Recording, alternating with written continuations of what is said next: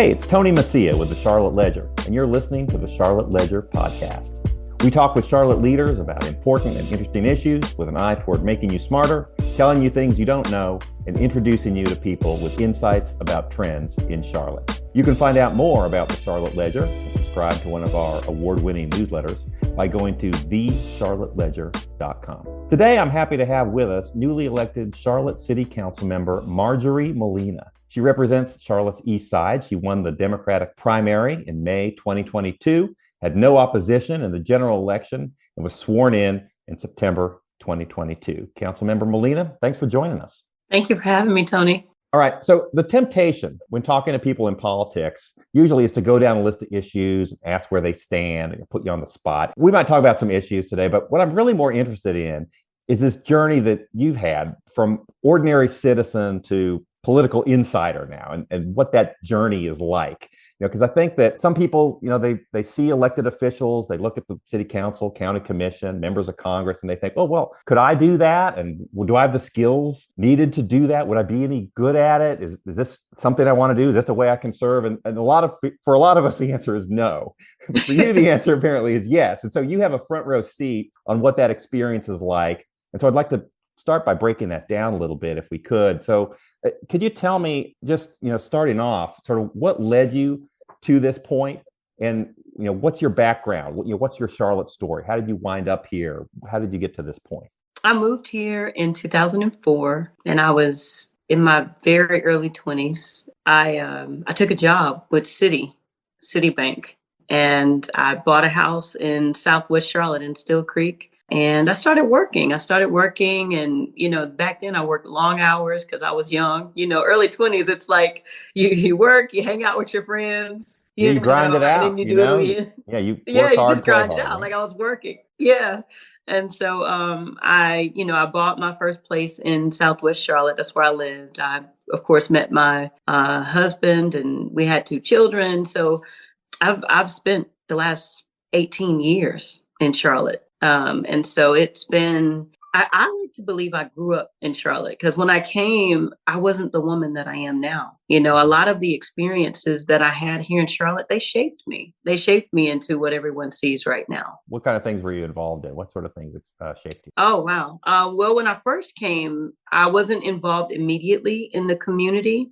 A little bit in South Charlotte. I was a voter. I'd go to a few meetings, but I really got involved when I moved to East Charlotte about 12 or 13 years ago. So it was like 12 and a half years ago that I moved to East Charlotte. And then I was involved right away. I got to know the community, and I started going to meetings. And then I met John Autry, who was actually, Nancy Carter was our representative when I came here. And I really didn't get involved until we elected John Autry.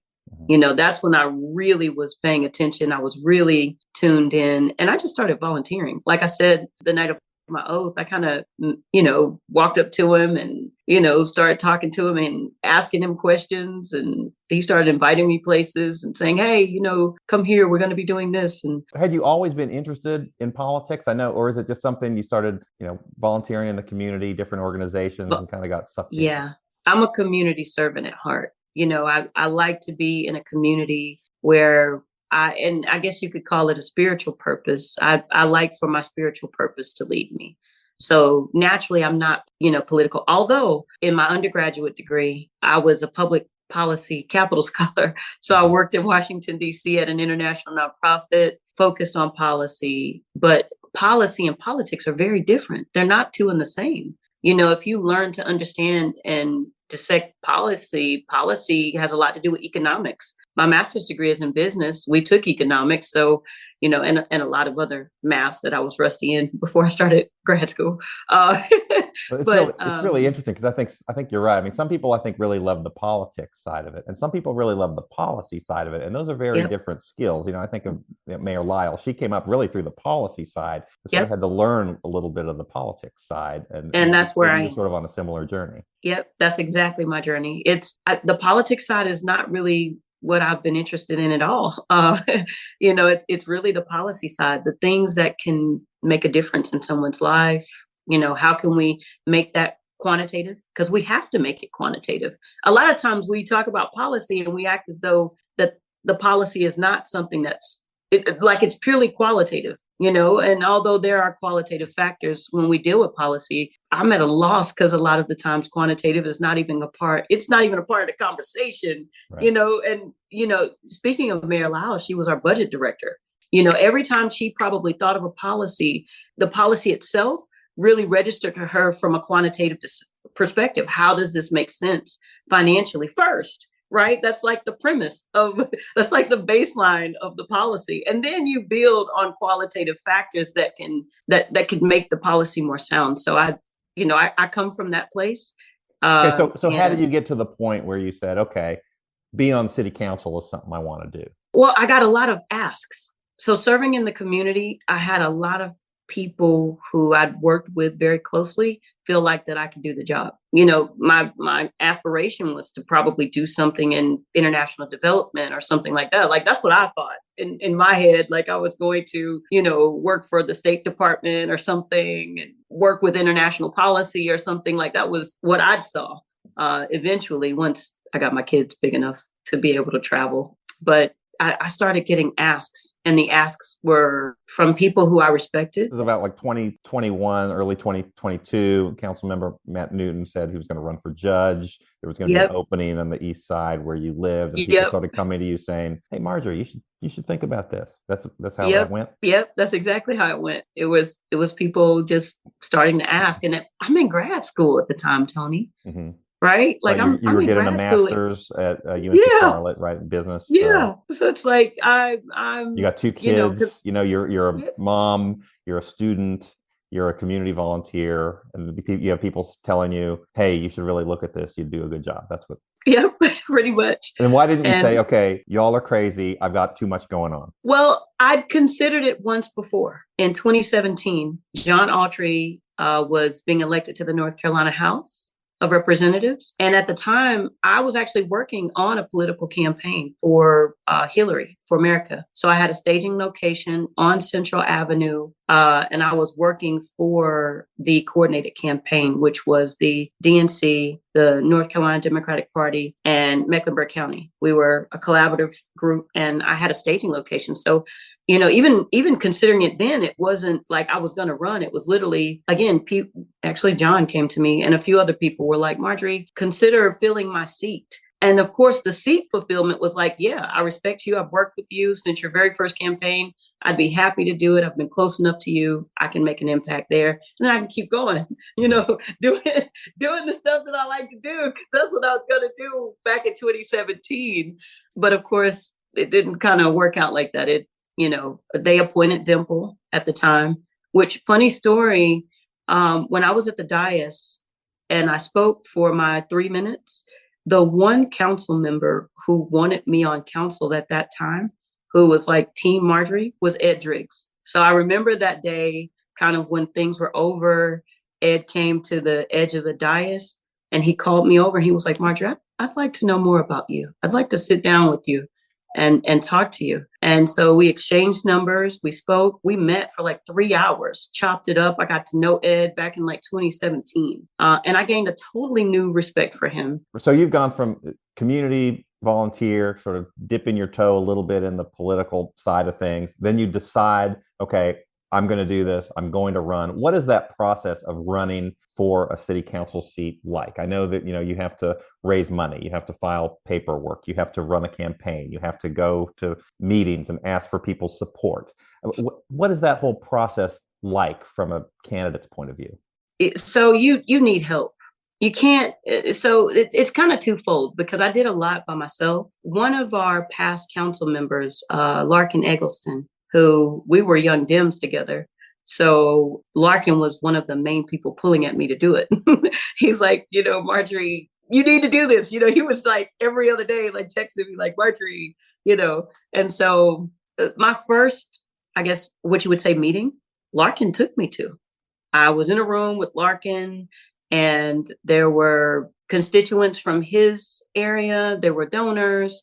And Larkin gets in front of all these people and he's like, "Hey, I think I just told him like a day before that I was actually going to do it." And he's like, "This is Marjorie Molina. She's going to be our next, city council representative from District 5. And I'm just looking at him. And then next thing I know, I started having people kind of come up to me and wanting to get to know me. So he, especially from a donations perspective, gave me a soft launch into meeting some of the people who actually donate to campaigns. And that actually helped me, make some of those relationships. And then a lot of that was just going to meetings, doing what I'd always done, showing up, meeting people. Do you enjoy that? Do you like going out and meeting new people and asking them to support you? I don't like asking for money. I feel like that's never going to be natural for me because I feel like I'm asking for it for myself, and everyone kept trying to coach me along the way to say like, no, Marjorie, it's for the campaign. You shouldn't feel guilty. But I'm like, but I'm asking someone for money. Like, and I struggled with that. I struggled with fundraising, but talking to people, yeah, I love connecting with humans of different backgrounds. That's always been a personal passion. We're more alike than we are different. Once we get a good conversation going with someone, we realize, we have more similarities than we do differences. And that's what I love. And the district I know that you now represent, I mean, it's one of the more diverse districts in Charlotte. The east side, you have a growing Latino population, you have an African American population, white, I mean, it's Asian. I mean, it's a very diverse group. I mean, how do you reach out to those different constituencies when you're running a campaign? Well, I'm fully fluent in Spanish. Like my fluency is not a learned fluency. My fluency is I can write a paper in Spanish. I can read in Spanish. I speak very, very well. So that is a bridge that I've because my children are multiracial and multi-ethnic. So I've, for the last 18 years, had a multiracial and multi-ethnic household, not to mention the people who I lived with when I was a kid. They're white American, blonde hair, blue eyes. So I've had already a very blended experience that I guess some of it's not as foreign to me as it would be for someone who didn't have the same experiences that I have had. Well, it sounds like, the campaign that you ran, evidently it paid off. You won with 40% of the vote in a 5-way race in the Democratic primary. It wasn't really that close. And you knew that going in, that whoever won that was going to have no Republican opposition. And so the winner of that was going to be essentially the next city council representative for District 5 for the east side. What was that moment like on election night for you when you realized, gosh, voters are entrusted me with this? This is something that has actually come together. What was that like? Humbling, very extremely humbling. So Tony, I graduated from school 4 days before the primary was over. Like I'm planning events and taking finals. And it was so tough. Like I can remember certain days where I took a nap and got up and did the same thing again. Like it was full on for a very long time. And I was worried at first, because we did have some pretty decent people in the race. I mean, people who were passionate, people who had their own funds to run their races. I had to purely raise money to run my race because I didn't have money from myself that I could loan myself to run my campaign. So it literally was fundraising and campaigning simultaneously to even be able to compete in the race. So it was humbling. Like I can't tell you how grateful I am to be in this position. I mean, and I find myself checking the pulse of the people who trusted me, asking them questions, getting an idea of what they would like to have happen from a leadership perspective, and allowing that to guide me in a direction to seek opportunities for us. So a lot of the people all the people, especially the most vocal of them, they really help to guide my perspective when it comes to what I feel is important for the district. So what was that period like after you won the primary election?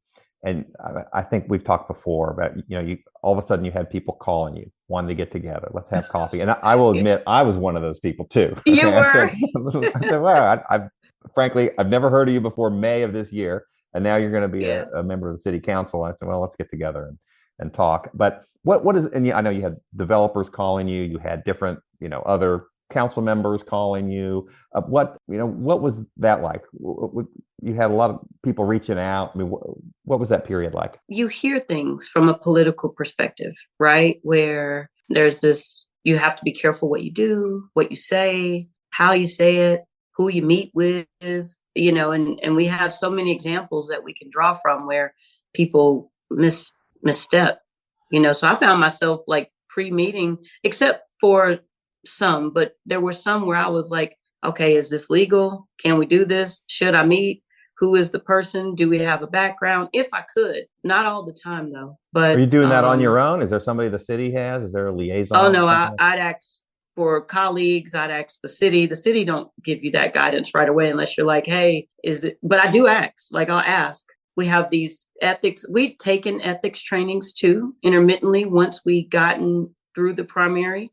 And the ones of us like Dante and I that knew we were going to serve on council, I think we had like 3 ethics trainings, where they told us what was within the parameters of what we could do and couldn't do. I mean, Which what some sort of of them, things are we talking about? Like, taking, somebody buying you lunch, or yep, people wanting yep, to take you places on their dime, things like yep, that? yep. Like $50 is your limit. You can't go over 50. I don't care if it's $50.01. Like it's, those types of things from a legal perspective. Accept gifts. I mean, those types of things. I mean, did you have issues? Did you have questions like that in this period between, May, June, July, this summer? Were there, I don't want to say issues like that, but were there things that came up where you said, I wonder if I should meet with that person, or I wonder if I should go to this event? Well, as long as I knew it was going to be like you and I, a coffee, I mean, I'm good. Because you're not going to find a $50 coffee, right? No, You're we're not getting going to close. Some find, places you're getting kind of close. You get one of those frappuccinos with a bunch of extra pumps or yeah. something. But, now that you've taken office, but what is that like? It strikes me, we've sort of been in touch over the last few weeks, and you went from this. I know you had swearing in, and you talked a little bit about that. But now you've got a scheduler. Saw on Instagram you're going to the President's Cup. The side of it you don't see, you're also sitting through hours-long rezoning meetings. You're there late at night on Monday, and like we've talked before, you've got a couple kids. You've got a lot of commitments. What is it like now that you're actually a member of the city council? What is that? Busy. Okay. It's like I'm back in grad school because I'm studying constantly. There's a curve there's an immense amount of data that you have to try and understand before a meeting. And you need a level of acumen. The one thing I would say to anybody who aspires to do this is not a popularity contest. This is learning, reading. I promise you, it's like a graduate degree. Like you are reading pages upon pages of information. You are incrementally making yourself adept at the various areas within city government and who you need to even talk to achieve an objective. That I'm still figuring that out. Now, I don't even know yet which floor has the departments that I'm looking for yet. Right. Right? I Like, would say not everybody on council maybe approaches it in that same way that you do. I mean, I know a lot of people who've been on there a while, maybe they have that background, but from what I understand, not everybody I think researches everything completely, thoroughly, and exhaustively, maybe before going into these meetings. yeah. But people have different ways that they approach things. I would also point out that a lot of people think, oh well, gosh, this will be a great ticket to something else. That this is a job. It's conceived as a part-time job, which actually most people I think treat as a full-time job. The salary is about $34,000 a year, and with different allowances for technology and things like that, it's more like 52. But that's not. It's not. You put in a lot. It sounds like you're putting in a lot of time. You are. I got my first check and I looked at it from a quantitative perspective on where I've worked and what I've done and how much time I've put in. And I made less than minimum wage. Yep. So why do you do it? I still believe, and trust me, I can't tell you that I'm permanently here from that perspective because it has to make sense, both fiscally and from a life aspiration perspective. I'm in it now.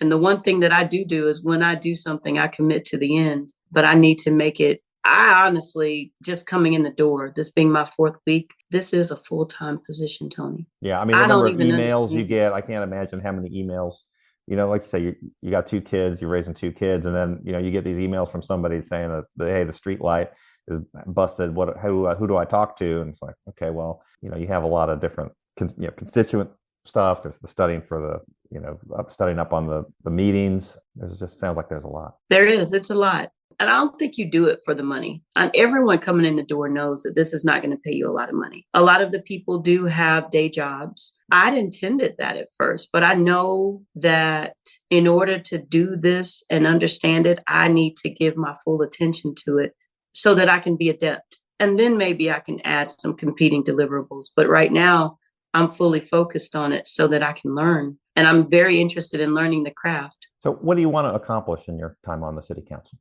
I don't feel like anyone in this leadership body is an island. I feel like Eastland Yards was the culmination of years of work prior to me getting here. And so what I'll do now is continue to talk to stakeholders so that we can add to that, and that's what I would like to do. I would like to add value to what's been established already in East Charlotte. And a lot of it has been done for me, and a lot of it I'm going to start brand new conversations. For the time that I've been here, East Charlotte has so much potential. You think about it, we're closer to Uptown than South Park. Once people start to realize our proximity to Uptown and some of the prime amenities in the city, people will eventually start to take hold, especially once we have the transportation infrastructure that supports arriving at those places. I feel like Charlotte will be at some point in our future a premier destination. And I think now we need to talk about structurally, how do we define what that looks like? And so in East Charlotte, we have this unique opportunity to shape that, right? South End is shaped, South Park shaped, Valentine shaped. You can't restructure them and make them a different area of town because they already have an identity. And so Charlotte is in this East Charlotte in particular is in this unique place where we can absolutely define what East Charlotte is going to be. So we're in a great time in East Charlotte to be able to add value. What are you hearing from people on the east side about what they want that future to look like? The main thing is, transportation infrastructure, especially lately. A lot of the transportation conversations, they're long-term projects where even I will be much older before those infrastructure projects are instituted. So even something that I talk about now, my children will probably be grown and married before we realize it. So are you talking about the streetcar extension? Or are you talking about road improvements? What are we talking? We have some that are shorter term. And I think where I can add the most value, existing infrastructure and items that we can deliver on right away, bringing stakeholders who are willing to invest in our side of town so that we can start to see some of that opportunity are, being brought our way. Corridors of opportunity. Can't see you're wearing a shirt, I think, a Corridors of Opportunity green t-shirt. Yeah. We have some unique conversations right now being asked about, what's coming to the corridors of opportunity. How do we promote safety in our corridor specifically, which is the Albemarle Road corridor? So it's not all of Albemarle Road because, that stretch is from Independence Boulevard all the way out to our county line. Albemarle Road is a long road. So there's only a stretch of that road that's considered what we would consider to be a corridor. So that's like, going down towards Independence where it starts and it stops right above Lawyers Road is what that corridor is. And so we intend to invest in that area and make it more safe, make transit more possible, make ideas for economic development primary. And that's what people are really coming to the table, like the Charlotte Easts, the FinCos, the Econs, which those are acronyms for the Far East Neighborhood Coalition and the East Charlotte Coalition of Neighbors. And of course, Charlotte East, which they're a larger group because they encompass 3 areas. So they have some of Tariq Bakari's district, some of Dante Anderson's district, and they have all of District 5. But it's essentially what is East Charlotte, but it's covering 3 particular districts. I love how the people on East Charlotte are always saying the sun is rising in the east. Oh, yeah, it always rises. I chase the sun. Like I got a sun on my wall, a sun and a moon. Like that's why I moved here. The nature, the lots, the potential, 12, 13 years ago was like, wow, look at this yard. Because I was coming from South Charlotte. So it's like, I looked at the yard. I was sold on the yard. I was like, wow, the kids can play. And, I can put up a fence and they got space. And, and that's unique to this area in that we have large lots. Our houses are older. And I just loved it. The sunrise. I look out this window where I'm at right now. And every morning, according to what season, the sun just comes blasting through every window on the east side of my house. That sounds like a nice image for us to end on today. And I appreciate you joining us. Oh, thank you for having me, Tony. All right. Well, that's a wrap. And to our listeners, thank you for listening. The Charlotte Ledger podcast is produced by Lindsey Banks. You can find out more about the Charlotte Ledger at thecharlotteledger.com.